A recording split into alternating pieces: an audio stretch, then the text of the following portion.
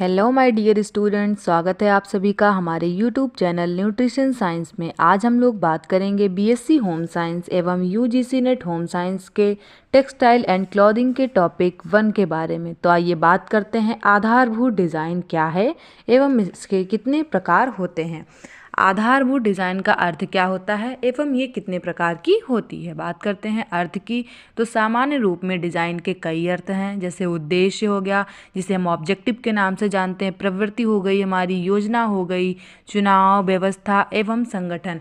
इन्हें साथ रखने से यह संपूर्ण डिज़ाइन को वर्णित करते हैं। डिज़ाइन शब्द कई तरीकों से उपयोग में लाया जाता है जो भिन्न अर्थ प्रस्तुत करता है।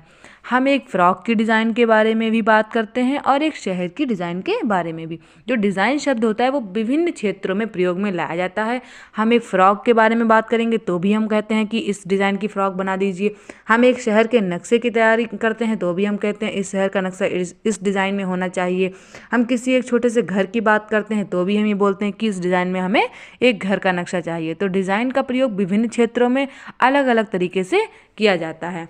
अभी हम बात करेंगे डिज़ाइन के कितने प्रकार होते हैं, कौन कौन सी डिज़ाइन होती है एवं हम किस प्रकार से डिज़ाइन को वर्णित करते हैं।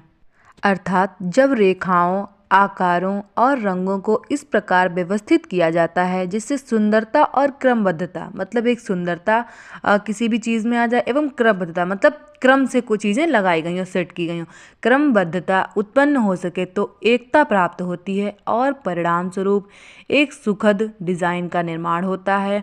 अब बात करेंगे डिज़ाइन की डेफिनेशन की। डिज़ाइन की परिभाषा क्या होती है, तो गोल्डस्टेन एवं गोल्डस्टेन के अनुसार डिज़ाइन पदार्थों का चयन एवं व्यवस्था है जिसके 2 उद्देश्य हैं, क्रमबद्धता और सुंदरता। मतलब ये होता है कि किसी भी पदार्थ को, किसी भी वस्तु को सुंदर बनाने के लिए उसमें सीक्वेंस एवं सुंदरता लाना आवश्यक होता है। अब बात करेंगे डिज़ाइन के प्रकार, टाइप्स ऑफ डिज़ाइन। डिज़ाइन कितने प्रकार की होती है तथा इसे मुख्य रूप से किन भागों में बांटा गया है। तो बात करें डिज़ाइन की, डिज़ाइन को मुख्य रूप से 2 भागों में बांटा गया है। पहली होती है हमारी सजावटी डिज़ाइन जिसे हम डेकोरेटिव डिज़ाइन के नाम से जानते हैं। दूसरी होती है हमारी संरचनात्मक डिज़ाइन जिसे हम स्ट्रक्चरल डिज़ाइन के नाम से जानते हैं। तो जो हमारी सजावटी डिज़ाइन होती है उसको 4 भागों में बांटा गया है। पहला हमारा प्राकृतिक डिज़ाइन होता है जिसमें मुख्यतः प्राकृतिक चीज़ों को सम्मिलित किया जाता है। दूसरी हमारी शैली युक्त डिज़ाइन होती है जिसे हम स्टाइलिश्ड डिज़ाइन भी बोलते हैं। इसमें कुछ स्टाइलिश्ड चीज़ों को भी प्रयोग में लाया जाता है, प्रकृति के साथ साथ इसमें कुछ स्टाइलिश चीज़ों को भी यूज़ में लाया जाता है। फिर तीसरी होती है हमारी ज्यामितीय डिज़ाइन जिसमें हमारी ज्योमेट्रिक चीज़ों को प्रयोग में लाया जाता है। और चौथी हमारी होती है सूक्ष्म डिज़ाइन जिसमें महीन से महीन चीज़ों को हम प्रयोग करते हैं, एब्स्ट्रैक्ट डिज़ाइन के नाम से इसे हम जानते हैं। इसमें अति सूक्ष्म तरीके से डिज़ाइन को बनाया जाता है। अब बात करेंगे हम सजावटी डिज़ाइन की। सजावटी डिज़ाइन वास्तव में संरचनात्मक डिज़ाइन को अलंकृत करती है और उसकी मौलिक सजावट में वृद्धि या कमी करती है। संरचनात्मक डिज़ाइन के अभाव में सजावटी डिज़ाइन का कोई अस्तित्व नहीं होता है। जो संरचनात्मक डिज़ाइन हमारी होती है उसमें हम किसी भी डिज़ाइन को संरचना देते हैं। जैसे हमें कोई डिज़ाइन बनानी है, त्रिभुज में बनानी है, तो जो हमारी त्रिभुज होता है वो हमारा संरचनात्मक डिज़ाइन के अंतर्गत आता है और उसके अंदर बनाई जाने वाली डिज़ाइन को हम सजावटी या डेकोरेटिव डिज़ाइन के नाम से जानते हैं। बात करेंगे सजावटी डिज़ाइन के प्रकार की। सजावटी डिज़ाइन कितने प्रकार की होती है, तो सजावटी डिज़ाइन में प्राकृतिक डिज़ाइन आ जाती है, हमारी सूक्ष्म डिज़ाइन आ जाती है। ये कई सारे ऐसे प्रकार होते हैं जो हमारे सजावटी डिज़ाइन के अंतर्गत पाए जाते हैं। अब बात करेंगे सजावटी डिज़ाइन के अंतर्गत आने वाली सबसे पहली डिज़ाइन जिसे हम प्राकृतिक डिज़ाइन के नाम से जानते हैं। प्राकृतिक डिज़ाइन में प्रकृति से ली गई विषय वस्तु अभिव्यक्ति की जाती है। जैसे प्राकृतिक डिज़ाइन में हमेशा नेचुरल से, जितना भी नेचर हमारा होता है उसमें नेचुरल चीज़ों का इस्तेमाल किया जाता है। वो सारी ऐसी विषय वस्तु ली जाती है जो कि हमारी प्रकृति से जुड़ी हुई होती है, जैसे फूल, पत्ती, फल, जानवर, मैदान आदि। इसमें यह प्रयत्न किया जाता है कि नमूने वास्तविक या प्राकृतिक लगें।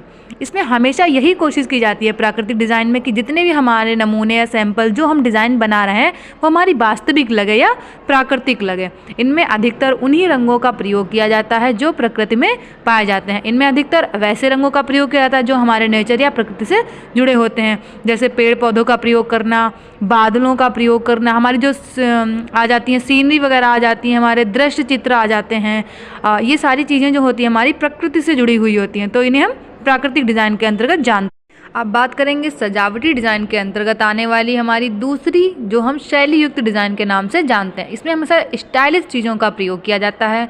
शैली युक्त डिज़ाइन प्राकृतिक स्रोतों से बनाई जाती है, किंतु यह प्रकृति के वास्तविक रूप को प्रदर्शित नहीं करती।